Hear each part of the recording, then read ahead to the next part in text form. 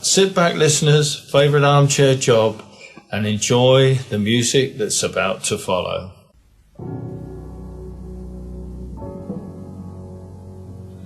About 15 years ago, I was lucky enough to be in San Francisco at City Light's bookshop and interviewing Lawrence Ferlinghetti, the poet, and I happened to ask him if he'd ever been to Larne, and he got up from the table and he brought back to the table to my daughter Laura and I a book, and he let me read Belated Palinode for Dylan Thomas.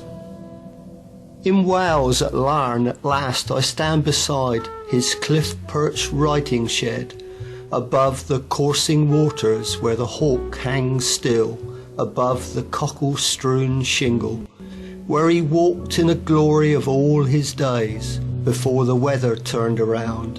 And I, a water bird far away, cries and cries again over St. John's Hill. And in his tilty boathouse now, a tape of himself is playing, his lush voice, his plush voice, his posh accent. "To BBC Folsom," cried the Welsh, now echoes through his little upstairs room.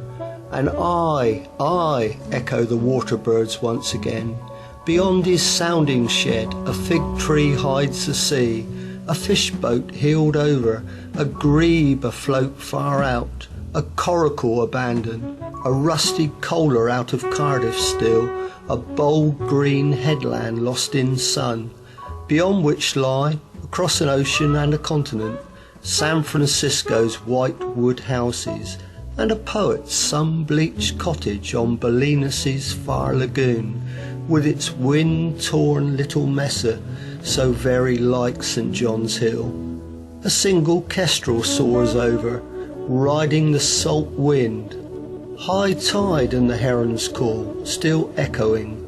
Aye, it calls and calls again, as in his listing boathouse now, his great recorded voice runs out, grave as a gravedigger in his grave, leaving a sounding void of light for poets and herons to fill.